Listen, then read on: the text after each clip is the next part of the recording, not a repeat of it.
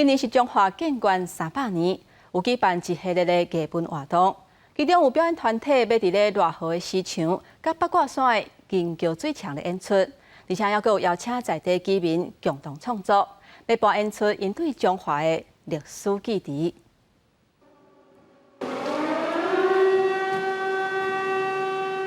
空袭警报一弹，表演者开始震动身躯。详细甲看，其实这演员有8成拢是一般民众。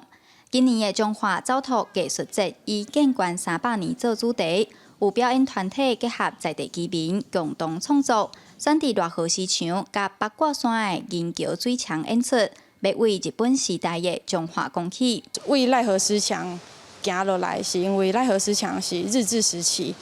奈何这个人是日治时期的一个作家啊，嘛是人讲伊是中华的妈祖啊。为100年前，然后慢慢下来到迄瀑布的所在有较近啊，过来甲银桥是较现代安尼。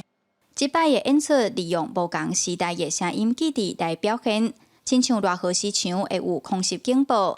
60、70年前有自然泉水的银桥水墙，就利用水声来做表演的音乐。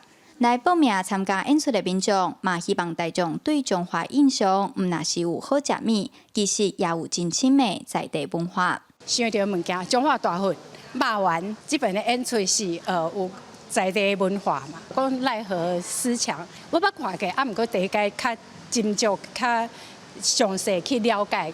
创作团队表示。 邀请民众共同参与表演，除了会当加强故事的表现，其实嘛是要勾画民众甲艺术的距离。团队目前正咧加强排练，是到月底的正式演出。